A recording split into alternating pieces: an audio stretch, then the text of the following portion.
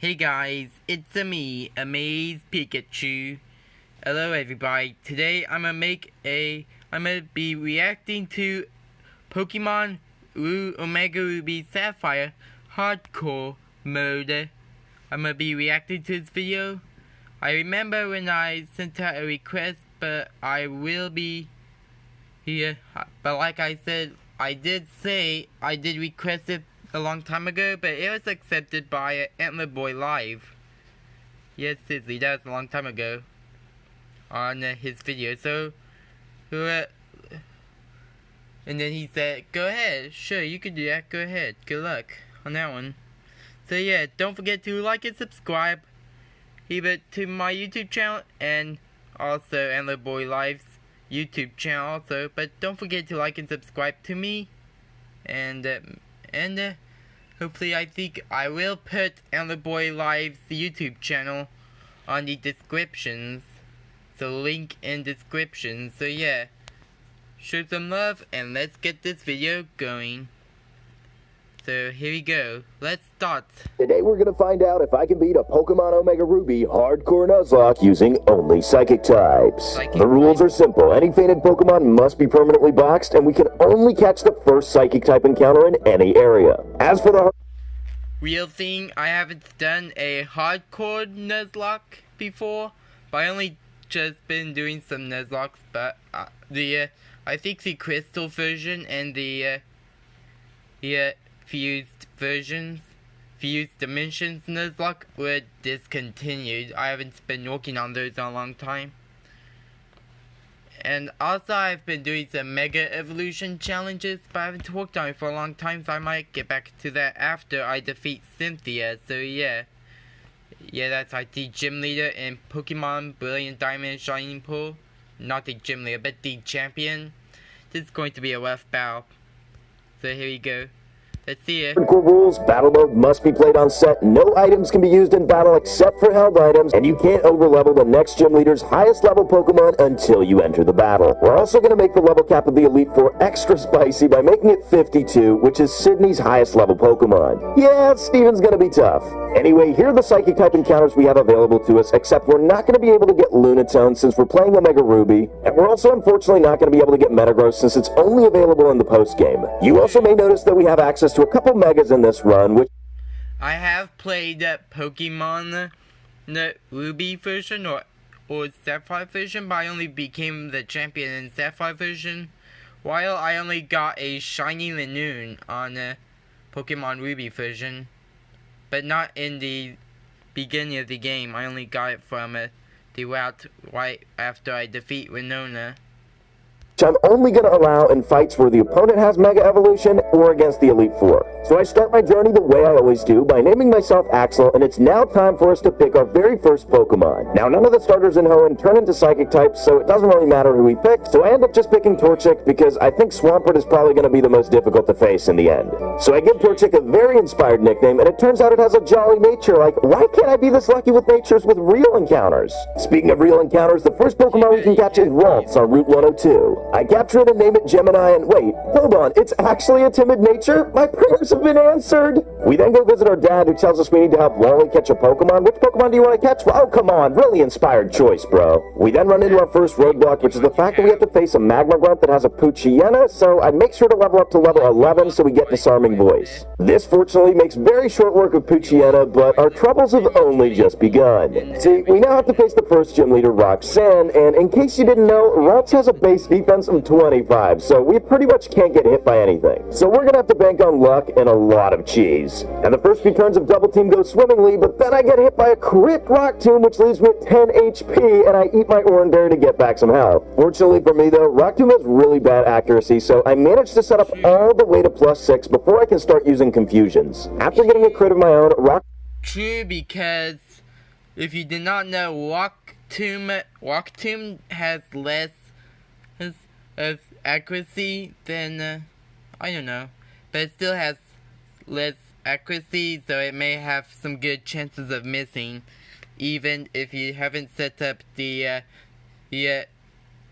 evasiveness of Roxanne uses a potion, but I end up taking out Geodude with another couple of confusions. Roxanne's next Pokemon is her ace, Nose Pass, which is a really beefy 90 special defense for this part of the game. And my strategy here is pretty much to just dodge attacks and use Growl to lower Nose Pass's attack so that it doesn't do that much damage, kind of like the tackle she actually manages to land. So at this point, we're pretty much just hoping and praying that she doesn't hit us with a crit, which we don't have any control over whatsoever, and try to take her down with like 4 confusions. So eventually we do collect the first gym badge, but as much as I hate facing evasion strats, I hate relying on it even more. Anyway, after our epic victory royale at the gym, we have to help this guy take out Poochyena in one hit again, and he takes me to see Mr. Stone. Wait, he actually used the zombie voice instead of Psychic or Zen Headbutt? But seriously, don't use Zen Headbutt or, Psychic or Confusion at a Poochyena, because that'll be useless and it'll do nothing.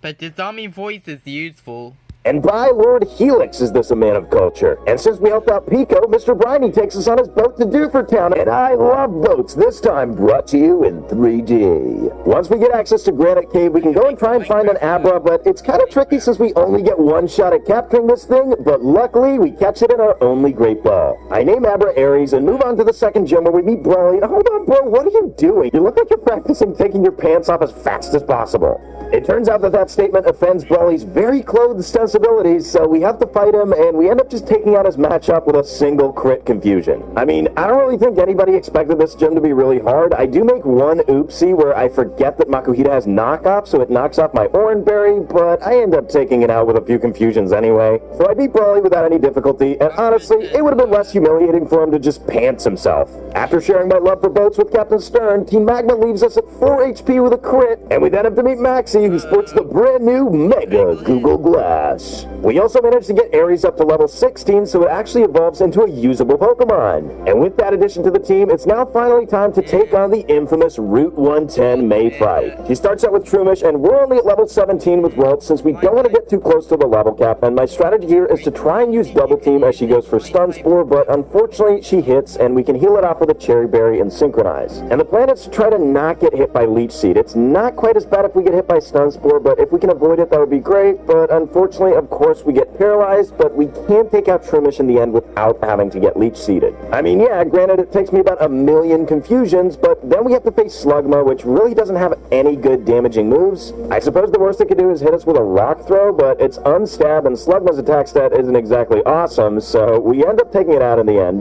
But what I'm really afraid of is... True thing, because that's a real point, because Rock Throw is not that strong, and it's not a stab move yet until it evolves. So, fair point. Actually maze Marshtomp because our double teams aren't even going to help us here. See, your Marshtomp has Foresight, which aside from letting you hit ghosts with normal and fighting type moves, totally ignores any alterations to your accuracy. So it all comes down to if we get paralyzed the last turn, and luckily we managed to hit the Magical Leaf. If we would have been Leech Seeded by Shroomish or just paralyzed against Marshtomp, that could have gone way worse. Oh yeah, Mauville City's been totally revamped, and we can get our hands on the Charge Beam TM before we show Wally how we treat posers. And then while I do some training for the level cap, Gemini ends up evolving into a Curlia. But this doesn't quell my worries about Watson whatsoever, because he has both Magnemite and Magneton, and Now you need to level up one more. No wait, you need the Curlia to be at level 3 and able to evolve.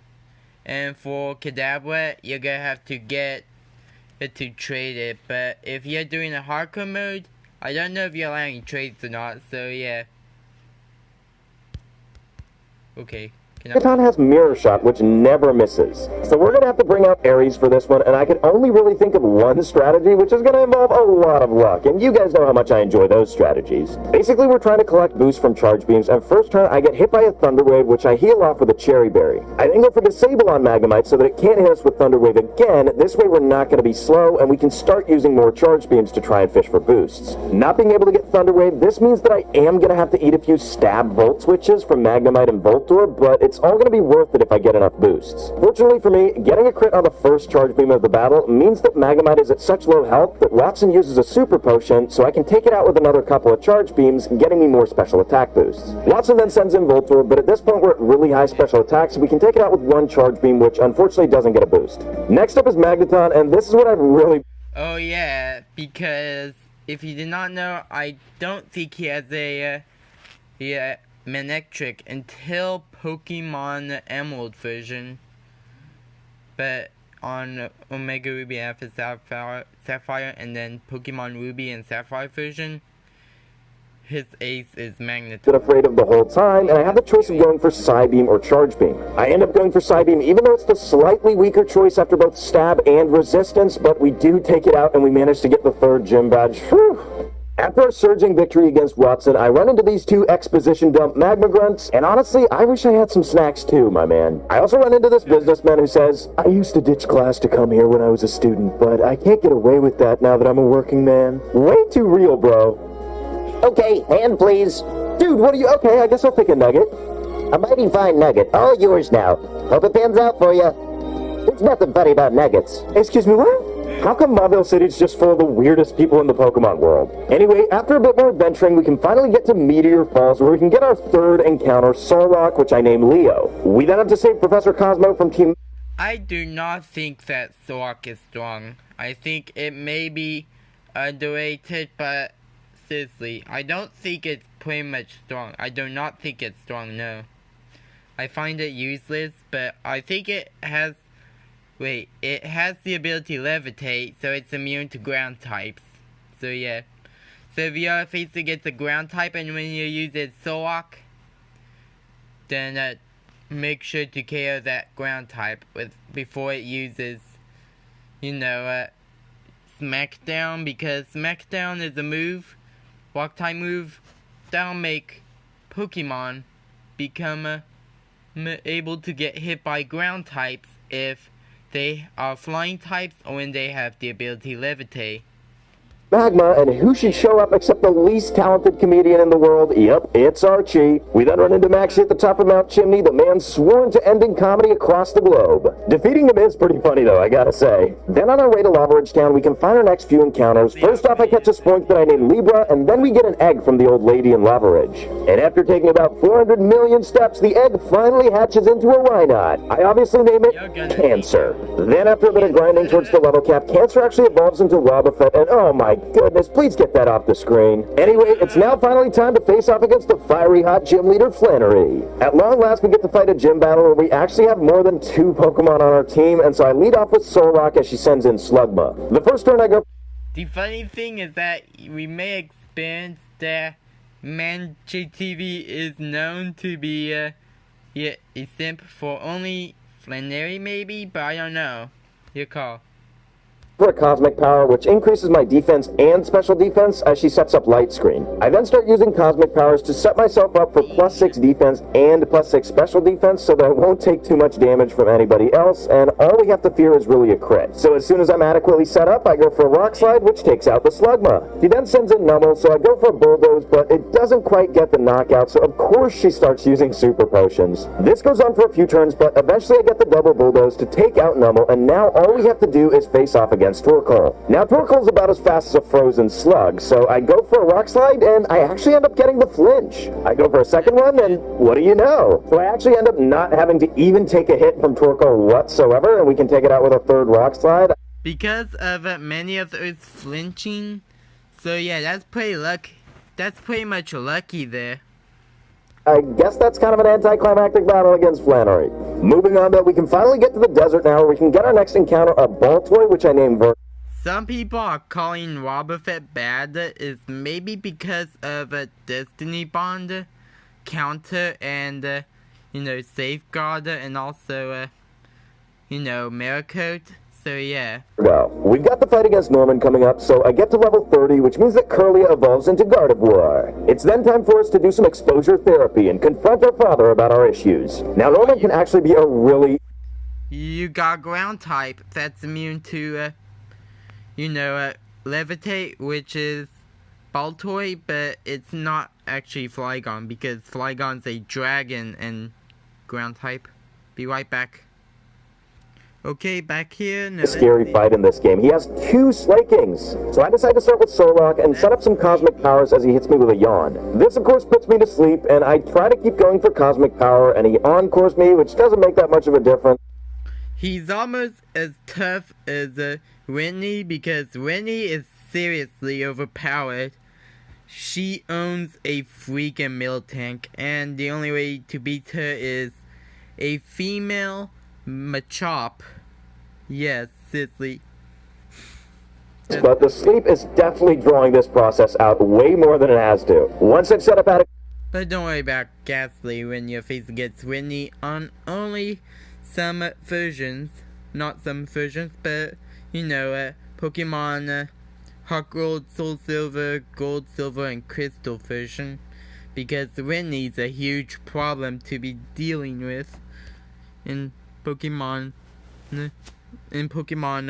Gold, Crystals, Silver, Heart Gold, and Soul Silver version. I feel like it's time to start attacking, but I pretty much do minuscule damage, and he puts me to sleep again. I'm very fortunate that he can only do damage every other turn, but I'm still starting to take a lot of damage on Solrock. Eventually, I take so much damage that I almost have to switch out, but I end up getting a crit on the last Rock Slide, which definitely mattered. Next up is Vigoroth, and it doesn't have nearly as high damage potential as Slaking, so I decide to stay in even though I'm asleep, and eventually I can fire off a Rock Slide. It does over half of Vigoroth's health, so another one takes it out, and now we have the final Slaking to contend with. Its first Feint attack takes me down to just 8 HP, so I would have been dead to crit there, so I obviously have to switch out. I use a few charms with Wobbuffet, which is pretty dumb since I'm trying to go for counter strats, but eventually hits me with a Feint attack, and I go down to just 1 HP when I hit myself in confusion. So obviously we gotta switch out Wobbuffet, and I'm pretty desperate at this point, so I go into Gardevoir, who can at least resist Feint attack, and I get swaggered. But fortunately, I break out of confusion after a while, and I can hit a couple Psychics to take out the Slaking so we can claim our 5th gym badge. Phew! After the gym, Steven takes us on a magical adventure on Latias where we could get Latios, but legendaries aren't allowed in our... Plus, I forgot to tell you that Norman is really more tough. Wait. I think he could be a Nuzlocke ender or hardcore Nuzlocke ender because he could seriously end someone's Nuzlocke. Nuzlocke, so sorry Latios. We do however receive the Mega Bracelet, which is super masculine. On our way to Fortree, Libra gets to level 30, which means it evolves into Grumpig. And as soon as we actually get to Fortree City, Steven wants to show us his brand new VR headset, which really offends this Kecleon for some reason. So after yet another adventure with Steven, it's time to face Winona and her flying types. Now this is a fight that I'm actually not that scared of, because I have pretty fast Pokemon as it is, so I start off with Gardevoir and use a Charge Beam to try to set up my special attack. I then get hit by Aerial Ace and miss my next Charge Beam, so I decided just go for a Calm Mind to set up my special attack manually. After the double team, I obviously fear missing, but I end up hitting a Charge Beam and getting this attack boost. And I actually expected this Skarmory to have Sturdy, but it doesn't, so it just goes down in one hit. Altaria is of course weak to our Fairy type, and we outspeed it since we're the same base speed of 80. Pelipper obviously gets... True thing, because if you did not realize this, Pokemon... Omega Ruby and FS Sapphire was released right after Pokemon X and Y. Possibly. So that's why it works. Because Fairy types doesn't exist till Gen 6. And they are also available in Pokemon Omega Ruby and FS Sapphire in the US. Including Sword and Shield, Sun and Moon, Ultra Sun and Moon, Ultra Moon, Pokemon Let's Go Pikachu and Eevee, Sword and Shield, I think I said it again, sorry. And then Pokemon BDSP, and then Pokemon Legends Arceus. But I think Pokemon Legends Arceus is coming up, but I think Fairy types also exist on Pokemon Quest and Pokemon TCG until they got removed when the Sword and Shield booster packs came out. So that's a whip there. Bob, then we take home the 6th gym badge. Ooh, sky's so pretty. We now have access to the Safari Zone where we could get Girafarig, but we end up catching Xatu and naming it Pisces. I think Girafarig is alright, but it's not that OP, and it doesn't actually worth it because it's not useful. But it's also a normal type, which makes it immune to ghost types. So yeah, but neutral to fighting types. But for Xatu, pretty much different, but I think it's possibly say. Thanks to you, I can see my girlfriend every day. Happy? You bet I am. TMI, bro. We next set our sights on Mount Pyre, where we can go ahead and pick up the TM for Shadow Ball and also the Metachamite. Speaking of which, our next encounter is Metatype, which we find here at Mount Pyre and named Sagittarius. We also have to go up against a bunch of Magma Grunts, and Virgo ends up evolving into Claydol. And we then have to visit the Magma Hideout, which is just a place full of weirdos. Like the laundry guy bases his work off a smell test. A smell test. Alright, let's see. The monitor shows pictures of Maxie with different expressions from different eras. Oh, goodness me. Anyway, we now get to Moss Deep City, where we can go to this guy's house and collect the super rod so we can finally go fishing and catch ourselves a Staryu. It's only a 5% encounter, so it took me a million years. Did you know that Staryu can be a psychic type after it evolves? It's pretty much true there. But it pretty much can be a psychic type after evolution, since the first generation of Pokemon came out. To get, but we catch it and name it Aquarius. I then fight the trainers in the Psychic Gym, and Sagittarius gets to level 37, so it evolves into Metacham. And this means it's time to face off against the Psychic Twins Tate and Liza, which really isn't going to be that hard. And even in Emerald, they should have at least given them 3 Pokemon each. This gym is such a pushover. So the first turn, I just go ahead and double Shadow Ball Lunatone to take it out so that I don't have to eat a Hypnosis, and Solrock goes for a Rock Slide, which hits both of us. I would have lived a crit on both, so the next turn, I can just go for double Shadow Balls again, and that's that. You know, Psychic types have pretty good move pools, but now we actually have access to the move Dive, so we can go ahead and go to Sea Mauville, where we can go ahead and do a super tedious fetch quest to get the TM for Ice Beam and a whole lot of nuggets. I mean, I've seen less nuggets than a McDonald's. Nugget Man would be proud. Another thing we can do now that we have Dive is go to this spot where we can pick up the Pinsiright, which doesn't matter, but we can also get a blue shard. Yeah, tough luck there, because Pinsiright was first released in X and Y, but it's only for Pinsir to Mega Evolve. But sad thing, you can't use Pinsir. Which we can trade in with this guy for a Water Stone. This means we can finally evolve Staryu, so now we actually have a Water type on the team. And that's... I forgot, you don't have to level up into it to evolve, but instead use Water Stone. I pretty much forgotten that. Eevee into Vaporeon, I don't think I have forgotten it yet, because I always know that evolution spot for Eevee. It's going to be really good for facing Team Magma, which is the next thing we have to do here with the ridiculous submarine. We find Maxie laughing, but he's not going to be laughing for too long when we show him the spring break pictures. In fact, he gets so mad about it that he challenges us to a battle, but it's futile, because he starts out with Mightyena, which we can totally one-shot with our Gardevoir. Actually, everything on Maxie's team gets totally annihilated by Gardevoir, except for Mega Camera Up, which gets taken out by a Surf from Aquarius. Maxie then decides that if we're going to show the public his spring break pictures, he's going to destroy the world using Groudon. Seems a bit like an overreaction to me. This is not... What? This isn't how I imagined it. I just wanted to have fun at spring break like everyone else. So you're saying every living thing on this planet, everything's gonna die because of spring break? Hello, my name's Willis. You're gonna have to defeat Groudon to restore balance to Miami Beach. And so with Day County's future resting on my hands, I jumped down into the volcano where I have to jump up on its back? Is that safe? Well, it's safe to say that Groudon didn't enjoy me jumping up on his back, and it reverted into its primal form, and now I have to fight it, which is pretty scary, but I had a great strategy going in. Since we can't use any water moves because of the sun, it's time to employ some Cancer. Which means that after we tank a really powerful Earthquake, we can just hit it with a counter, and that's that. And that's how I became... I forgot that, if you did not know, Counter will deal a lot of damage if Earthquake actually hits harder, then Counter will hit super hard, that it may have a higher chance of carrying the opponent's Pokemon in one hit, if they're not lucky enough. It's Miami, kids. Which means we can go back to this house after defeating Groudon and pick up the Gardevoir. Okay, bro, I'll leave and let you two get to it. You don't have to give me the stink eye. Beating Groudon also lets us talk to Watson and do the new Mauville quest so that we can pick up the TM for Thunderbolt, which is going to be incredibly relevant since our next opponent is Wallace. Now, Wallace is really not that difficult an opponent, and this is going to be Sagittarius' time to shine. I get rid of Love Disc with a Thunder Punch, and then my Loaded comes out and hits me hard with a Hydro Pump, but I hit it with a Power-Up Punch to boost my attack, and then take it out with a Thunder Punch. Next is his Whiscash, which gets me pretty low with an Earthquake, but I managed to use a few power-up punches to take it out, and everything else that Wallace has is just weak to Thunder Punch, so that's the 8th badge. Now, before we get to face the Elite Four... Oh wait, in the Pokemon...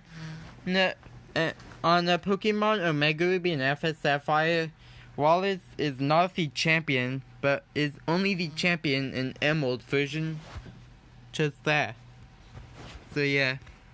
We have to face our rival and the poser Wally, who thinks he's a better Ralts trainer than I am. And since he has a Mega Evolution of his own, I decide to send out Gardevoir and immediately Mega Evolve it into Mega Gardevoir. Now here's the deal, this Altaria can't really touch me with much else than an Aerial Ace, so I go ahead and set up a Calm Mind, and then go for a few more, just for good measure. Wally's team goes down easily, but then he sends in Gallade, and in Gen 6, you didn't get the speed boost from your Mega Evolution the first turn, so I actually outspeed and just take him out. Sorry, Wally, I'm the better Ralts trainer. Now here's my team going into the Elite Four, and you'll notice right away that I'm only level 52, which is the highest level of Sydney's Pokemon, so I'm going to be way under-leveled for Steven, which I think could be really interesting, and pretty much the only battle I'm really afraid of. So after making all the relevant preparations, it's finally time to take on the Elite Four, and first off is Sydney and his Dark types. Sydney starts out with Mightyena, so I go into Gardevoir, who eats the Intimidate, which doesn't matter since I'm a special attacker, and I decide to Mega Evolve into Mega Gardevoir, which is pretty much the game over button for Sydney. I just click Moonblast and win against his whole team. Not so edgy now, are you, buddy? Yeah, even though we matched Sydney's level cap, he wasn't really a challenge. And next up is Phoebe, who we have a little bit of a different approach for. Phoebe uses Ghost types, and she starts out with a really annoying Dusclops, so I send in Gemini, who this time has a Person Berry, since Dusclops really likes to use Confuse Ray. This lets us set up a free Calm Mind, and from there, we can pretty much just start sweeping with Shadow Balls. Her Ghost types are really slow, and the only exception I make here is Praise my joys. Moonblast against Sableye, but her Dusknoir... You pretty much nerf at that one because Sableye and Spiritomb had no weaknesses until Gen 6. So yeah. Actually manages to live a hit from Shadow Ball. She then retaliates with a critical hit Hex, which doesn't do that much damage to be fair, so I continue hitting her with Shadow Balls as she heals up, but eventually Dusknoir goes down. Yeah, it's so annoying when the AI keeps cheating by using healing items. Anyway, next up is Glacia, and our strategy for her is going to be using Mega Medicham. Glacia starts out with Glalie, and we Mega Evolve right away, and I made sure to pick up a bunch of Heart Scales so that She has a Frostlass. Or maybe 2, but I don't know. Could teach Medicham all the elemental punches. The first turn, however, we go for a 4th move Power-Up Punch to get a bit of an attack boost as Glacia goes for Hail, but she ends up living in the red, which is actually perfect because now she heals and we can take it out with a 2nd Power-Up Punch. Now that we're at +2, Glacia sends in her Frostlasses and we can make easy work of them with Fire Punches. Then we got Big Boy Walrein, who has sheer cold, but Thunder Punch makes easy work of it too. Finally, all we have to do is Fire Punch another Glalie and we've got the victory, and next we have to face the Dragon type Elite Four trainer Drake. Now you might think that Drake is kind of a tough cook. I became the champion and defeated Steven Stone on this version. Not this version, but on Pokemon Ruby version. No, Pokemon Sapphire version. Yeah, that's why. So yeah. Because he's got really fast Pokemon, but actually the highest base speed on his team is 100. So we're kind of in the same situation as we were against Wally here. This thing can't really touch us whatsoever, and we can freely set up a bunch of Calm Minds so that we can do the job later. So I go ahead and just set up 3 Calm Minds totally free against this thing, and after that we can pretty much just wreck through all of Drake's team by just using Moonblast. Who would have thought that mooning dragons is actually the most effective way to take them down? Not even the big scary Salamence is a threat since it only has 100 base speed, and that's it for the Elite Four. But honestly, the Elite Four was just a warm-up, and so far, the stars have been totally aligned for us. However, this is the moment we've all been waiting for. Champion Steven and his Steel types that resist my Psychic types. So I conjured up a plan, and all I can hope for is that my horoscope predicts victory today, because there's no turning back.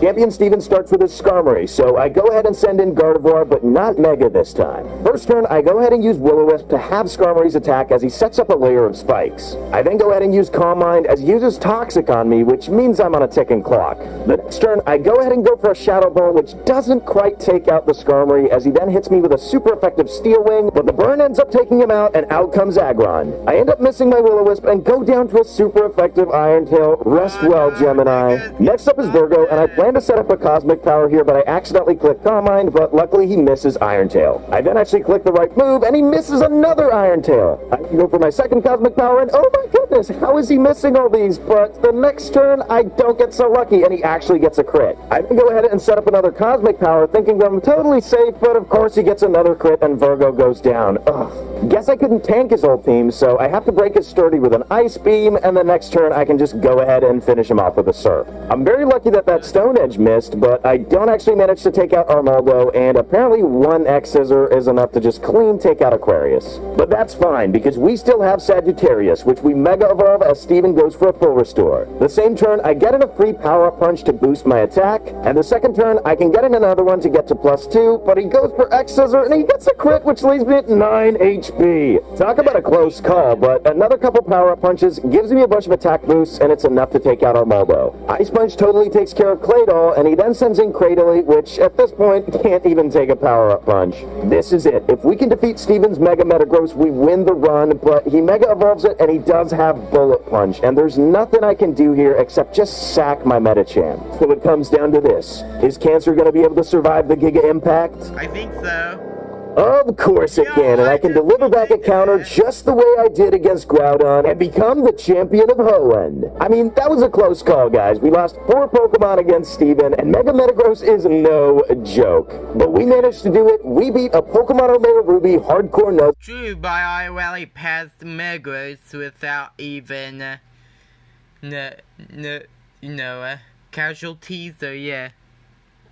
Using only Psychic types. And what did we learn today? Well, I'm still pretty good at the Hoenn games, and Mega Evolution is still really busted. So let me know if you think we should ban Mega Evolutions in future runs of Gen 6, and listen, if you haven't subscribed to the channel yet, what are you doing? Just hit that red button, and you know what? You can even leave me a like. I have a really good time. Alright, so I think that's it. So thank you guys for watching, and if you did, please hit that like button and subscribe if you guys are new. And like I said, AntlerBoyLIVE's YouTube channel will be in the descriptions below, so that way you can subscribe to him. So thank you guys for watching, and have a good one. Peace. And don't forget to like and subscribe.